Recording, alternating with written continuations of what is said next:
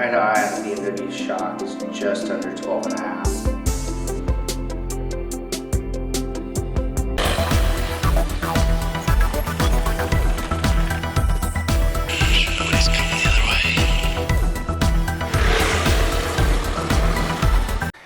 Hey, how's it going? Welcome to my channel. If you're new here, do that thing down below. Yep, I am holding a shock in my hand. So as we get into this video, there's just one thing I want to say. The reason that I'm doing this is I want to demonstrate to you out there that if your will is strong enough, you can find a way. And I'm hopefully going to prove that through this shock replacement. Now, there's been a number of issues that have came up, but I refuse to give in to those. I have a trip I want to do in 2 weeks and another one I want to do in 3 weeks, specifically because I'm going to be meeting another YouTuber, Rodney from Mob City Moto, and we've been talking about this for quite some time, and because of this, I may not make it. So I am trying to figure out how to make that happen. Now, for background information, this is my second shock. I had this replaced under warranty. I was told it was a one-time replacement. I got 3,000 miles out of this replacement shock before it failed. Now, I know that there's some issues with these shocks. I'm not the only one that suffered this, but I also know that the abuse that I'm putting this shock through is a bit more than the average rider and likely what was intended by KTM. So these are not holding up. Additionally, the resonator was sitting right next to this, and I think it's, I've heard some different comments on whether or not the resonator is causing failures in here, but the one thing I can say is the resonator is putting a lot of additional heat on this shock, which is thinning the oil out and also softening the seals. So with those things being said, it is possible that that is a contributing factor. So I have fixed that, I've removed the resonator, and now it's a matter of getting a new shock, which is why I'm doing this video. Now, in December, specifically December 13th, I had ordered a replacement aftermarket shock. And I was told at the time it was gonna take 4 to 5 weeks. Not a big deal. And I figured, you know, I'll get it mid-January, end of January. It is now mid-February and I've contacted them for the second time. It sounds as if my custom shock has not been built and it is a 4 to 5 week lead time at the beginning of the order, and it sounds like this has been put on the side. So now I need to get this replaced in order to do the trips that I want to do, which is out to Death Valley, which is an amazing place to go. I have a couple areas that I want to explore that I haven't had a chance to do, but I can't do it on this. So there are some options. I could go back to KTM and spend $650 for this shock and get the exact same one and put in. Not gonna do that, don't trust it. And I've also found on eBay, there is some shops out of India that are also selling this exact same shock for about $200. Unfortunately, the delivery time is somewhere around the end of February, February 26th to mid-April. That doesn't work for me either. What I'm gonna do is tell you what alternatives I'm looking at and why I think it will work on this bike and should get me out to Death Valley. It is not a final solution, it is just a temporary solution, which gets me to the point. If you have a strong enough will, you will find a way. And that's what I am trying to do. So let me get into what I'm trying to do and how I think it'll work. And if any of you other riders out there are having similar issues, this will give you an option of maybe some alternative shocks that you could put on your KTM 390 Adventure and not have to go with this not great stock shock. So I started doing a bunch of research, and this is something that's been in the back of my mind, is having a backup to the KTM shock, because I am really not happy with this shock, and that's why I was going with custom. So it's put me in a bit of a bind. Now, a couple of the things that I've had difficulty finding is what the eye-to-eye length is. If you're not sure what that is, that's where the bolts fit through, what that eye-to-eye length is. And the other thing I have been unable to find for this shock is what the overall stroke is, the technical specs of that. That's important things to know if I was going to install this. The other thing I needed to know was what the width of this bushing is to know how it fits in there. So I was actually able to find some details on some of that information, but more importantly, a shock that I think will fit in here. So a couple of the things that I was looking at is what are similar bikes to this that may have a shock that could work. And initially I started looking at KTM bikes. I was looking at the RC390, the Duke 390, but the stroke on those shocks is shorter than it is on the KTM 390 because it's less travel suspension than the Adventure. So I knew that wasn't going to work. The next option that I looked at was other similar bikes in this category that might have a similar shock, which led me to the BMW G310 GS. Yes, I said that right. BMW G310 GS. Now, I'm sure some of you out there are cringing that I'm considering putting a BMW shock on my KTM. But here's the reasons why. One is I have found a replacement used shock. I know used isn't great, but I only need it to get me through a few weekends. And it only has 400 miles on it, which is also a good thing. But the important thing is eye to eye. So I measured this. This is approximately eyeballing it 12 inches eye to eye. The BMW shock is 12.4 inches eye to eye. So it is slightly longer, which will put the swing arm down just a little bit more and actually could give me a little bit more rear wheel travel. The bushing width on the BMW shock is 30 millimeters.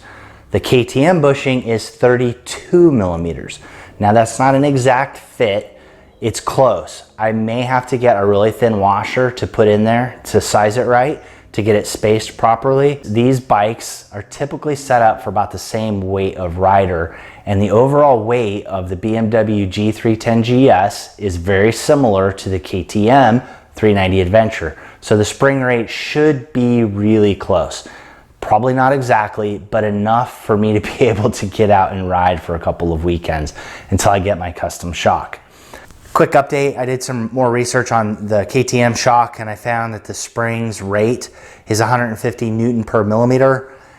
And I had said that the BMW and the KTM, because they weigh the same, should be similar, but in the research I did, more research that I did on the BMW shock, it looks like it has a spring rate of around 114 Newton per millimeter. So this is a much stiffer spring. What I'm going to do is take this spring off and put it on the other shock, so at least I have a stiffer spring on there. I think if I had enough time, or if I was more compelled to, maybe even get a progressive spring to put on the BMW shock. But the point of that shock is just an interim, because I have a couple trips I want to go on and I do not want to be denied on those trips. So the stubbornness and the will to do the things that I want to do are driving me. Now, one of the things that I have to do is currently the preload is set all the way. So what I've got to do is I've got to get the preload collar loosened up so it'll be easier to compress these springs. I just ordered a shock spring compressor, just real basic. I'll show that when it comes in and we'll go through that. I found on the BMW shock that the stroke is 65 millimeters. Now with the bump stop, it looks like it's right around 50 millimeters, but I really think it's probably longer than that, knowing that that bump stop is going to squish down a lot. So I think the overall travel on this is going to be very, very similar. And if it is a little bit more, the shock is a little bit longer. If the stroke is a little bit more, I get a little bit more wheel travel, a little bit more ground clearance with all of the geometry changes, and it should work just fine. If this is something that interests you, if you're tired of using this shock, there are some other BMW alternatives out there. I think BMW aftermarket shocks are a little bit less expensive than the KTM ones that I found. So there may be some additional alternatives to this chunk, which has been really, really disappointing. I've got the BMW shock in, and what I've got to do is take the spring off of the KTM shock and put it on the BMW shock. Now I have some concerns about sizing fit, but at this point I really don't have a lot to lose by swapping these out. This shock's done, so taking the spring off of it really doesn't matter. And I think I can get this spring to fit on here. If it doesn't, I can put this spring back on and install it the way it is and just have a very soft ride that'll have to go a little slower riding. So that's what I'm going to do now.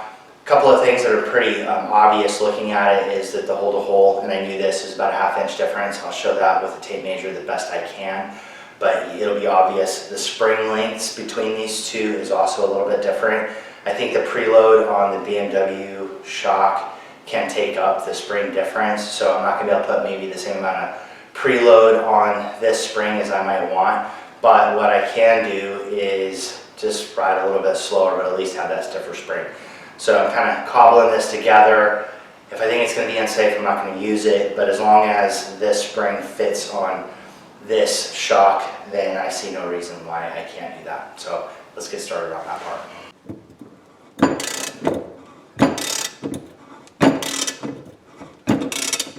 All right, it took some time, but I was able to get the collar, the lock ring pulled out. The spring is very, very compressed. It took quite a bit more effort than I was expecting to get it out, but the spring is off now, and now I have the ability to change the springs out.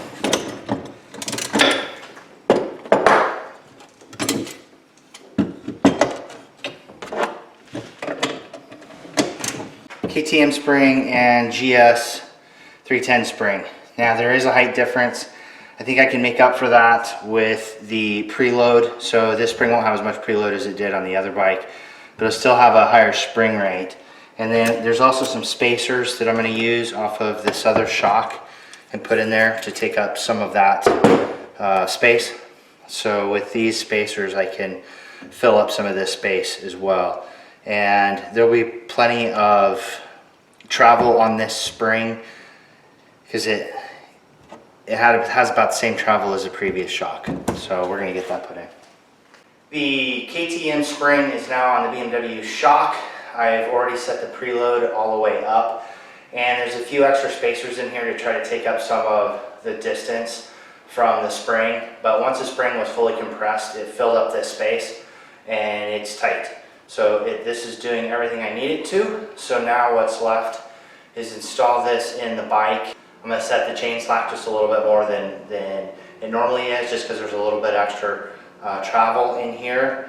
And I'm going to go out and give it a try so that I can head to Death Valley this weekend. It's possible that some of you may have some questions on whether or not this shock that is from the factory set up to handle 120 Newton per millimeter spring, if the damping in this is going to be sufficient. I did see aftermarket springs for this shock at 140 Newton per millimeter, and I just put 150 Newton per millimeter, so it should be within that threshold. Whatever it does, it's going to be better than the blown shock, so I'm happy with that, and I have a backup. So if something happens to my aftermarket shock, I can always throw this in a pinch, because just circumstances being the way they are, I don't have a second bike here right now. So I'm going to wrap up the emergency shock video. Things didn't go as I had planned. I wanted to do this wrap up out on the trail, but as you can see, I have a cast on my arm because of an incident that occurred. Check out last week's video, you'll see what happened. But overall, putting the BMW G310 GS shock on this bike with the original spring that came on the shock for this bike worked brilliantly. I did not ride this bike hard. I tried to keep it at just more of an average pace, and I didn't ask a lot of this shock, and it worked perfectly. My initial impression when I started riding the bike is that it was a little more plush than the original shock that came on it, even when I dialed out this hard and softness of it. This has no adjustment, it is the way it is. The one thing I noticed when I was going through Kern Canyon on my way out to Death Valley, there were a few turns that had some bumps in those. The rear end wallowed a little, and beyond that, it worked exactly how I needed it to. I was able to spend the entire day riding, no problems, never had a concern. It didn't blow through the travel, I didn't have any hard bottoming, and really the bike felt pretty good. I actually, and this is very subjective, it felt better with this shock riding in off-road conditions than it did with the KTM shock. Now I do have my aftermarket shock that I will get on once the cast is off. So if you are in a pinch and you need to get a shock on your bike and it's going to take too long to get one ordered and you are desperate to ride, then you might be able to go with a BMW G310 GS shock, but I would change the spring. There were a few little issues with the spring, getting it compressed and put on, but overall it worked. It can be done. It does fit. There are some spacing issues in the bushings. You're going to need some washers to get those to fit so that it doesn't slop around, but you can do that. It will work. The whole point of this was just to show that if you want to do something bad enough, if you want to ride bad enough and you have a problem, there are solutions. Don't give up, just keep looking. If you have overcame some unique problems or found some unique solutions to problems with your bike, leave that in the comments below. I'd like to see how you overcame problems using non-stock parts on your bike just to get you through that next section. Be curious to see what you've been able to come up with. Thanks for watching. Get out, do some riding, ride safe, and I will see you out there. Blah, blah, blah, blah, blah, blah, blah, blah, blah, blah.